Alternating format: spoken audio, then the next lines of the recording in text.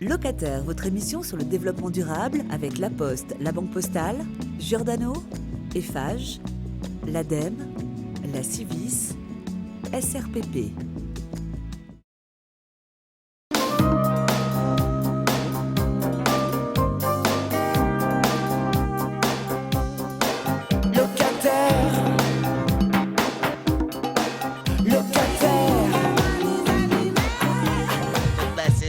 Than a surgeon's tactics. Watch it happen, emerging, squirting, listen to your third eye. Bursting, word surgeon, hurting kids from the south side church where the sun beats down until the grass gets up and succumbs to its thirst. Bienvenue les locataires.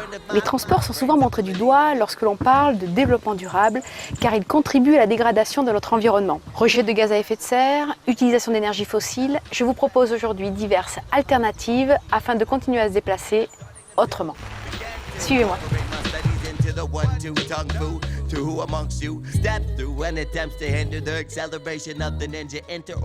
Est-ce qu'aujourd'hui il est important de réduire ou de modifier son mode de déplacement? Effectivement, la consommation énergétique liée au transport représente quasiment 50% en fait, de la consommation globale énergétique de l'île. Une des solutions que l'ADEME propose en fait, pour essayer justement de réduire cet engorgement au niveau du territoire, c'est les plans de déplacement d'entreprise. À partir d'un diagnostic des déplacements des salariés des entreprises, on va mettre en place ce qu'on appelle un plan de mobilité. Donc ce plan de mobilité va comporter un certain nombre de mesures, par exemple les véhicules électriques, le vélo, le transport en commun, le covoiturage. La Poste est la première entreprise à avoir mis en place le PDE. Est-ce qu'au sein de la Poste, vous avez pris des mesures particulières afin de limiter les transports?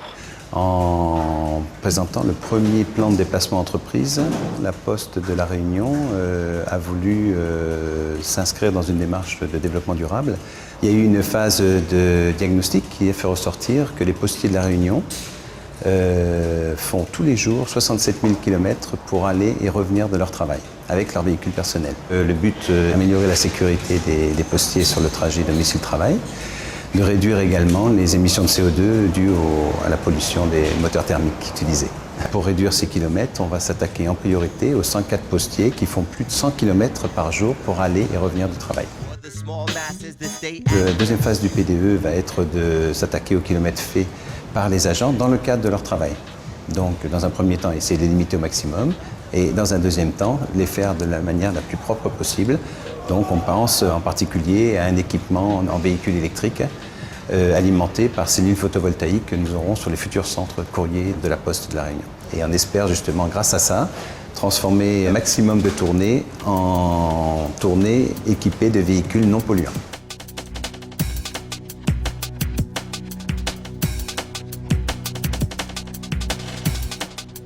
Quels sont les véhicules dits écologiques que l'on peut trouver à La Réunion? Il y a la voiture électrique, ou plutôt le quadricycle électrique, et le vélo à assistance électrique. Alors, comment est-ce que ça fonctionne? Il suffit de le brancher tout simplement sur une prise de 220 à la maison. L'autonomie pour les véhicules utilitaires, c'est une journée de travail, voire plus, donc entre 8 et 10 heures. Et pour le GEM, qui est un utilitaire mais qui peut aussi servir en loisir, on peut dire à peu près 70 km.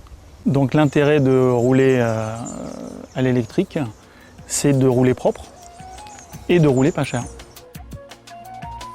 En effet, la recharge d'un vélo électrique sera de l'ordre du centime et lors d'une utilisation complète sur une journée de travail, elle ne dépassera pas les 80 centimes d'euros pour un véhicule utilitaire. Si on compare au carburant, il y a aussi une utilisation logique et financière. Concernant les vélos à assistance électrique, ça rend les balades en altitude dans les hauts tout à fait accessibles à tous. Et ça rend La Réunion accessible aux vélos et aux balades et aux familles surtout.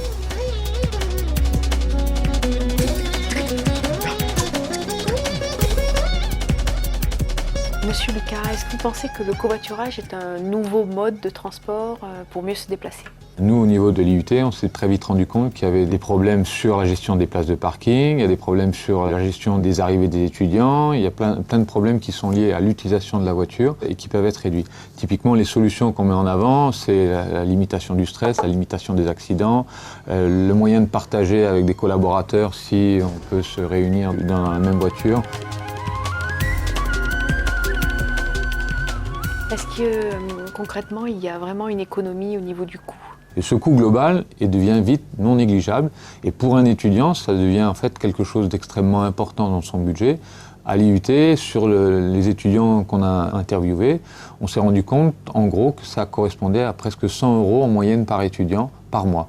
Si on peut faire en sorte que ces étudiants puissent communiquer et arrivent à constituer des équipages de covoiturage, la facture peut descendre à 23 €. Donc on arrive à diviser par 4 la facture, à condition que les étudiants bien évidemment jouent le jeu et à condition qu'ils aient la possibilité, dans le travers d'un outil, de se mettre facilement en relation et que l'on puisse mettre en avant l'aspect convivial du covoiturage et de faire sauter un peu les verrous qui pourraient pousser des gens à dire ben non, je ne veux pas partager ma voiture avec des gens que je ne connais pas. Quand on est à l'intérieur d'une structure plus ou moins fermée, telle qu'une entreprise ou l'IUT par exemple, c'est plus facile de mettre en place ce genre de solution.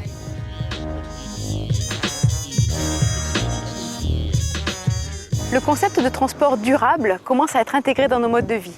Covoiturage, véhicules électriques, à nous de voir comment l'on pourrait concilier notre mobilité avec la préservation de l'environnement et le désengorgement du réseau pour aujourd'hui, mais surtout pour demain.